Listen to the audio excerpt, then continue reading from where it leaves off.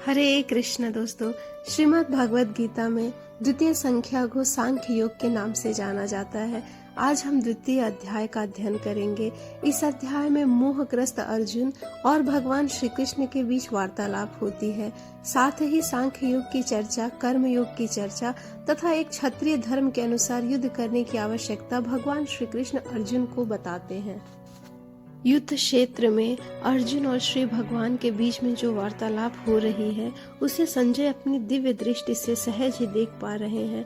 और संजय ने ये सारे दृश्य देखते हुए धृतराष्ट्र से कहा, इस प्रकार करुणा से अभिभूत आंसुओं से भरे हुए व्याकुल नेत्रों वाले शोकग्रस्त अर्जुन को देखकर मधुसूदन श्री कृष्ण ने ये शब्द कहे। भगवान ने कहा, हे अर्जुन, इस विपरीत स्थिति पर तेरे मन में यह अज्ञान कैसे उत्पन्न हुआ? न तो इसका जीवन के मूल्यों को जानने वाले मनुष्य द्वारा आचरण किया गया है और न ही इससे स्वर्ग की और न ही यश की प्राप्ति होती है। अर्जुन, तू नपुंसकता को प्राप्त मत हो, यह तुझे कदापि शोभा नहीं देता। हे शत्रुओं के दमन करता, हृदय की तुच्छ दुर्बलता को त्याग कर युद्ध के लिए खड़े हो जाओ। इस पर अर्जुन ने कहा कि हे मधुसूदन, हे श्री कृष्ण, मैं युद्ध भूमि में किस प्रकार भीष्म पितामह, द्रोणाचार्य और पूजनीय व्यक्तियों पर बाण कैसे चलाऊं? ऐसे महापुरुष जो मेरे गुरु हैं, इन्हें मारकर जीने की अपेक्षा मैं इस संसार में भिक्षा मांगकर खाना श्रेयस्कर समझता हूँ, क्योंकि गुरुजनों को मारकर भी इस संसार में खून से सने हुए सुख रूप भोग ही तो भोगने को मिलेंगे। हम यह भी नहीं जानते कि हमारे लिए ये युद्ध करना श्रेष्ठ है या नहीं है, और यह भी नहीं जानते कि हम जीतेंगे या वो हमें जीतेंगे। धृतराष्ट्र के पुत्रों का वध करके हम जीना भी नहीं चाहते, फिर भी वे हमारे सामने युद्ध में खड़े हैं। कृपण और दुर्बल स्वभाव के कारण अपने कर्तव्य के विषय में मोहित हुआ मैं आपसे पूछता हूँ मधुसूदन, वह साधन जो मेरे लिए श्रेयस्कर हो वह निश्चित करके कहिए। अब मैं आपका शिष्य हूँ और आपके शरणागत हूँ, कृपया मुझे उपदेश दीजिए। इतना कहकर श्री कृष्ण के चरणों में अर्जुन बैठ गए और उन्हें अपना गुरु समझकर उपदेश लेने लगे। श्री कृष्ण से अर्जुन आगे कहते हैं, मुझे ऐसा कोई साधन नहीं दिखता जो मेरे इंद्रियों को सुखाने वाला, शोक को दूर कर सके। स्वर्ग में धन धान्य संपन्न देवताओं के सर्वोच्च इंद्र पद और पृथ्वी पर निष्कंटक राज्य को प्राप्त करके भी मैं उस उपाय को नहीं देखता हूँ। संजय ने धृतराष्ट्र से आगे कहा, हे राजन, निद्रा को जीतने वाले अर्जुन ने इंद्रियों के स्वामी श्री कृष्ण से कहा, हे गोविंद, मैं युद्ध नहीं करूंगा, और एकाएक चुप हो गए। हे भरतवंशी, इस समय दोनों सेनाओं के बीच शोकग्रस्त अर्जुन से इंद्रियों के स्वामी श्री कृष्ण ने हंसते हुए यह शब्द कहे। अब सांख्य योग का विषय आरंभ हो रहा है। भगवान ने कहा, हे अर्जुन, तू उनके लिए शोक करता है जो शोक करने के योग्य नहीं है और पंडितों की तरह बातें करता है। जो विद्वान होते हैं वह न तो जीवित प्राणी के लिए और न ही मृत प्राणी के लिए शोक करते हैं। अर्थात इस संसार में जो ज्ञानी पुरुष है उन्हें पता है कि जीवित प्राणी और मृत प्राणी दोनों के लिए शोक करना व्यर्थ है। ऐसा कभी नहीं हुआ कि मैं किसी समय में नहीं था या तू नहीं था, अथवा ये समस्त राजा नहीं थे, और न ऐसा भविष्य में कभी होगा कि हम सब नहीं रहेंगे। जिस प्रकार जीवात्मा इस शरीर में बाल अवस्था से युवा अवस्था, वृद्धा अवस्था और निरंतर अग्रसर होता रहता है, उसी प्रकार जीवात्मा इस शरीर के मृत्यु होने पर दूसरे शरीर में चला जाता है। ऐसे परिवर्तन से धीर मनुष्य कभी मोहित नहीं होते। हे कुंती पुत्र, सुख दुख को देने वाले विषयों के क्षणिक संयोग को केवल इंद्रिय बोध से उत्पन्न होने वाले सर्दी गर्मी के ऋतुओं के समान आने जाने वाले हैं। इसलिए हे भरतवंशी, तू अविचल भाव से उनको सहन करने का प्रयत्न कर। हे पुरुष श्रेष्ठ, जो मनुष्य दुख तथा सुख में कभी विचलित नहीं होता, दोनों परिस्थितियों में समभाव रहता है, ऐसे धीर पुरुष निश्चित रूप से मुक्ति के ही योग्य होता है। तत्वदर्शियों के द्वारा निष्कर्ष निकालकर देखा गया कि असत वस्तु अर्थात शरीर का कोई अस्तित्व नहीं होता, और जो सत वस्तु है अर्थात आत्मा, इसमें कभी कोई परिवर्तन नहीं होता। जो सभी शरीरों में व्याप्त है उस आत्मा को ही तू अविनाशी समझ। यह आत्मा ही अविनाशी है, शरीर तो विनाशी है, इसको नष्ट करने में कोई भी समर्थ नहीं है। इस अविनाशी आत्मा को अमाप नित्य स्वरूप आत्मा के ये सब शरीर नष्ट होने वाले हैं। अतः हे भरतवंशी, तू खड़ा हो और युद्ध कर। जो इस आत्मा को मारने वाला समझता है तथा जो इसको मरा हुआ समझता है, वे दोनों ही अज्ञानी हैं, क्योंकि यह आत्मा वास्तव में न तो किसी को मारता है और न किसी के द्वारा मारा जाता है। भगवान श्री कृष्ण आगे कहते हैं, यह आत्मा किसी काल में भी न तो जन्म लेता है, न मरता है और न ही जन्म लेगा। यह अजन्मा, नित्य, शाश्वत और पुरातन है। शरीर के मारे जाने पर भी यह मारा नहीं जा सकता। हे पृथापुत्र, जो मनुष्य इस आत्मा को अविनाशी, शाश्वत, अजन्मा और अव्यय जानता है, वह मनुष्य किसी को कैसे मार सकता है या किसी के द्वारा कैसे मारा जा सकता है। भगवान आगे कहते हैं, जिस प्रकार मनुष्य पुराने वस्त्रों को त्याग कर दूसरे नए वस्त्रों को धारण करता है, उसी प्रकार आत्मा पुराने तथा व्यर्थ के शरीरों को त्याग कर नए शरीर धारण करता है। नैनम छिन्दन्ति शस्त्राणि नैनम दहति पावकः न चैनम क्लेदयन्त्यापो न शोषयति मारुतः।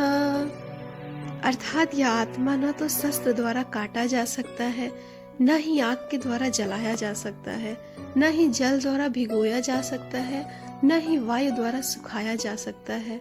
यह आत्मा न तो तोड़ा जा सकता है, न ही जलाया जा सकता है, न इसे धुला जा सकता है और न ही सुखाया जा सकता है। यह आत्मा शाश्वत, सर्वव्यापी, अविकारी, स्थिर और सदैव एक सा रहने वाला है। हे अर्जुन, यह आत्मा अदृश्य, अकल्पनीय और अपरिवर्तनीय कहा जाता है। इस प्रकार आत्मा को अच्छी तरह जानकर तू शोक करने के योग्य नहीं है। हे महाबाहु, यदि तू इस आत्मा को सदा जन्म लेने वाला और सदा मरने वाला मानता है, तो तू भी इस प्रकार शोक करने योग्य नहीं है। जिसने जन्म लिया है उसकी मृत्यु तो निश्चित है, फिर चिंता किस बात की, और मृत्यु के पश्चात पुनर्जन्म भी निश्चित है। अतः इस बिना उपाय वाले विषय में तू शोक करने योग्य नहीं है। हे भरतवंशी, संपूर्ण प्राणी जन्म से पहले अप्रकट रहते हैं और मरने के बाद फिर अदृश्य हो जाने वाले हैं। केवल बीच में ही इन्हें देखा जा सकता है, अतः शोक करने की कोई आवश्यकता नहीं है। भगवान श्री कृष्ण अर्जुन से कहते हैं, कोई इस आत्मा को आश्चर्य की तरह देखता है, कोई इसका आश्चर्य की तरह वर्णन करता है तथा कोई इसे आश्चर्य की तरह सुनता है, और कोई तो इसके विषय में सुनकर भी कुछ नहीं समझ पाता। अर्थात इस आत्मा के तत्व को समझना बड़ा ही दुष्कर है। हे भरतवंशी, इस आत्मा का शरीर में कभी वध नहीं किया जा सकता, अतः तुझे किसी भी प्राणी के लिए शोक करने की आवश्यकता नहीं है। भगवान श्री कृष्ण अर्जुन को एक क्षत्रिय होने के नाते युद्ध करने का कर्तव्य समझा रहे हैं। श्री कृष्ण अर्जुन से कहते हैं, हे अर्जुन, क्षत्रिय होने के कारण अपने धर्म का विचार करके भी तू संकोच करने योग्य नहीं है, क्योंकि एक क्षत्रिय के लिए धर्म के लिए युद्ध करने के अलावा अन्य कोई श्रेष्ठ कार्य ही नहीं है। एक क्षत्रिय का कर्तव्य ही यही है कि वह धर्म की रक्षा के लिए युद्ध करे। हे पार्थ, वे क्षत्रिय भाग्यवान हैं जिन्हें ऐसे युद्ध के अवसर अपने आप प्राप्त होते हैं, जिससे उनके लिए स्वर्ग के द्वार खुले जाते हैं। भगवान श्री कृष्ण अर्जुन को समझाते हुए कह रहे हैं, यदि तू इस धर्म के लिए युद्ध नहीं करेगा तो अपनी कीर्ति को खोकर कर्तव्य कर्म की अपेक्षा करने पर पाप को प्राप्त होगा। अर्थात अगर तू युद्ध नहीं करता है तो भी तुझे अपकीर्ति का सामना करना पड़ेगा। लोग सदैव तेरे बहुत समय तक रहने वाले अपकीर्ति का भी वर्णन करेंगे, और सम्मानित मनुष्य के लिए अपकीर्ति मृत्यु से बढ़कर है। जिन जिन योद्धाओं की दृष्टि में तू पहले सम्मानित हुआ है, वे महारथी लोग तुझे डर के कारण युद्ध भूमि से हटा हुआ समझकर तुच्छ मानेंगे। तेरे शत्रु तेरे सामर्थ्य की निंदा करते हुए तुझे बहुत से कटु वचन भी कहेंगे। तेरे लिए इससे अधिक दुखदाई और क्या हो सकता है। हे कुंती पुत्र, यदि तू युद्ध में मारा गया तो स्वर्ग को प्राप्त करेगा, और यदि तू युद्ध जीत गया तो पृथ्वी का साम्राज्य भोगेगा। अतः तू दृढ़ संकल्प करके खड़ा हो जा और युद्ध कर। सुख या दुख, हानि या लाभ, विजय या पराजय का विचार त्याग कर युद्ध करने के लिए ही युद्ध कर। ऐसा करने से तू कभी पाप को प्राप्त नहीं होगा। भगवान श्री कृष्ण अर्जुन को आगे कर्म योग का विषय समझा रहे हैं। कर्म योग कितना गुह्य है, इसका विस्तार करते हुए श्री कृष्ण कहते हैं, हे पृथापुत्र, यह बुद्धि तेरे लिए ज्ञान योग के विषय में कही गई और अब तू इसको निष्काम कर्म योग के विषय में भी सुन, जिससे तू इस बुद्धि से कर्म करेगा तू कर्म के बंधन से अपने आप को मुक्त कर सकेगा। इस प्रकार कर्म करने से न तो कोई हानि होती है न ही फल रूप दोष लगता है, अपितु तो इस निष्काम कर्म योग की थोड़ी सी भी प्रगति जन्म मृत्यु के महान भय से रक्षा करती है। हे कुरुनंदन, इस निष्काम कर्म योग में दृढ़ प्रतिज्ञा बुद्धि की एक ही होती है, किंतु जो दृढ़ प्रतिज्ञा नहीं है उनकी बुद्धि अनंत शाखाओं में विभक्त रहती है। हे वृथा पुत्र, अल्प ज्ञानी मनुष्य वेदों के उन अलंकारिक शब्दों के प्रति अत्यधिक आसक्त रहते हैं जो स्वर्ग की प्राप्ति, उत्तम जन्म, ऐश्वर्य आदि प्राप्ति के लिए अनेक सकाम कर्म फल की विविध क्रियाओं का वर्णन करते हैं। इंद्रिय तृप्ति, ऐश्वर्यमय जीवन की कामना के कारण वे कहते हैं कि इससे बढ़कर और कुछ नहीं है।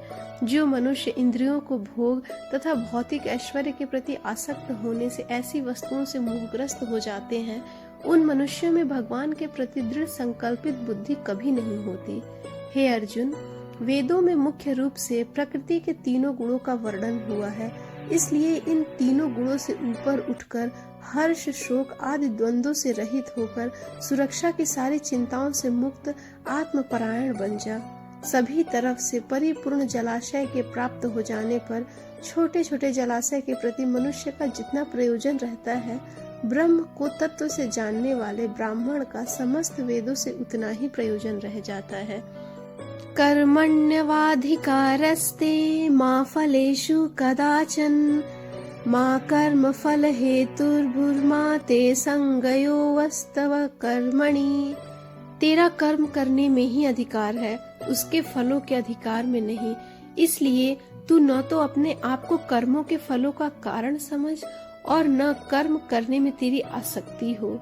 हे धनंजय, तू सफलता विफलता में आसक्ति को त्याग कर समभाव में स्थित हो, अपना कर्तव्य समझकर कर्म कर। ऐसी समता ही समत्व बुद्धि योग कहलाती है। हे धनंजय, इस समत्व बुद्धि योग के द्वारा समस्त निंदनीय कर्म से दूर रहकर उसी भाव से, इसी चेतना के कारण शरीर ग्रहण कर सकाम कर्मों के फलों को चाहने वाले मनुष्य अत्यंत कंजूस होते हैं।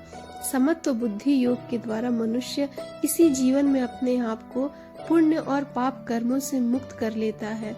अतः तू इसी योग में लग जा, क्योंकि इसी योग के द्वारा ही सभी कार्य कुशलता पूर्वक पूर्ण होते हैं। इसी समत्व बुद्धि योग से ऋषि मुनि तथा भक्त सकाम कर्मों से उत्पन्न होने वाले फलों को त्याग कर जन्म मृत्यु के बंधन से मुक्त होकर परम पद को प्राप्त हो जाते हैं। यहाँ श्री कृष्ण हमें यह समझा रहे हैं कि हमें अपने कर्म के फलों की चिंता न करते हुए बस अपना कर्म करना चाहिए। इससे हम जन्म मृत्यु के बंधन से मुक्त हो जाएंगे। जिस समय बुद्धि मोह रूपी दलदल को भली भांति पार कर जाती है, उस समय सुने और सुनने योग्य सभी भोगों से विरक्ति को प्राप्त हो जाएगा। ज्ञान के वचनों को सुनने से विचलित हुई तेरी बुद्धि जब एकनिष्ठ और स्थिर हो जाएगी, तब तू आत्म साक्षात्कार करके उस दिव्य चेतना रूप परमात्मा को प्राप्त हो जाएगा। यह सब सुनकर अर्जुन ने कहा, हे केशव, आध्यात्म में लीन स्थिर बुद्धि वाले मनुष्य का क्या लक्षण है? वह स्थिर बुद्धि मनुष्य कैसे बोलता है, कैसे बैठता है, कैसे चलता है? कृपया मुझे समझाइए।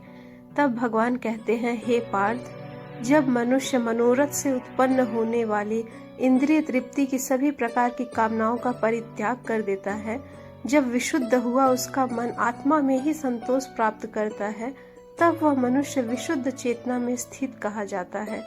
दुखों की प्राप्ति होने पर भी जिसका मन विचलित नहीं होता और सुख की प्राप्ति की इच्छा ही नहीं रखता, जो आसक्ति, भय तथा क्रोध से मुक्त है, ऐसा स्थिर मन वाला मुनि कहा जाता है। इस संसार में जो मनुष्य न तो शुभ की प्राप्ति से खुश होता है और न अशुभ की प्राप्ति होने पर दुखी होता है, ऐसा बुद्धि वाला पूर्ण ज्ञान से स्थिर होता है।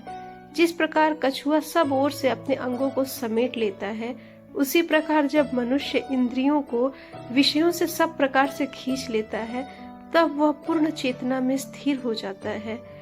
इंद्रियों द्वारा विषयों को ग्रहण न करने वाले मनुष्य के विषय तो मिट जाते हैं, परंतु उनमें रहने वाली आसक्ति सदैव बनी रहती है। ऐसे स्थिर बुद्धि वाले मनुष्य की आसक्ति भी परमात्मा के साक्षात्कार करने को मिटा देती है। हे अर्जुन, इंद्रियां इतनी प्रबल तथा वेगवान है कि जो मनुष्य इंद्रियों को वश में करने का प्रयत्न करता है, उस विवेकी मनुष्य के मन को भी बलपूर्वक हर लेती हैं। जो मनुष्य इंद्रियों को पूर्णतया वश में रखते हुए अपनी चेतना को मुझ में स्थिर कर देता है, वही मनुष्य स्थिर बुद्धि वाला कहलाता है।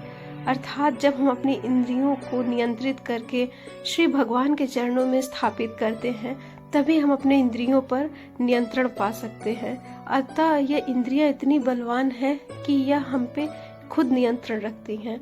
इंद्रियों के विषय का चिंतन करते हुए मनुष्य के उन विषयों में आसक्ति हो जाती है। ऐसी आसक्ति से उन विषयों की कामना उत्पन्न होती है और कामना में विघ्न पड़ने पर क्रोध उत्पन्न होता है। क्रोध से उत्पन्न मोह होता है और मोह से स्मरण शक्ति में भ्रम उत्पन्न होता है और स्मरण शक्ति में भ्रम हो जाने से बुद्धि ही नष्ट हो जाती है और बुद्धि के नष्ट होने से मनुष्य का पतन हो जाता है। यहाँ श्री कृष्ण हमें यह समझा रहे हैं कि जब हमारे मन में किसी विषय के प्रति आसक्ति होती है और वह विषय पूरा न होने पर, वह इच्छा पूरी न होने पर हमारे अंदर क्रोध उत्पन्न हो जाता है और जब क्रोध उत्पन्न होता है तो हमारी बुद्धि नष्ट हो जाती है और जब इंसान की बुद्धि नष्ट हो जाती है तो वह पतन के रास्ते पर चला जाता है। किंतु सभी राग द्वेष से मुक्त रहने वाला मनुष्य अपनी इंद्रियों के संयम द्वारा मन को वश करके भगवान की पूर्ण कृपा प्राप्त कर सकता है। इस प्रकार भगवान की कृपा प्राप्त होने से संपूर्ण दुखों का अंत हो जाता है। तब उस प्रसन्न चित्त मन वाले मनुष्य की बुद्धि शीघ्र ही एक परमात्मा में पूर्ण रूप से स्थिर हो जाती है।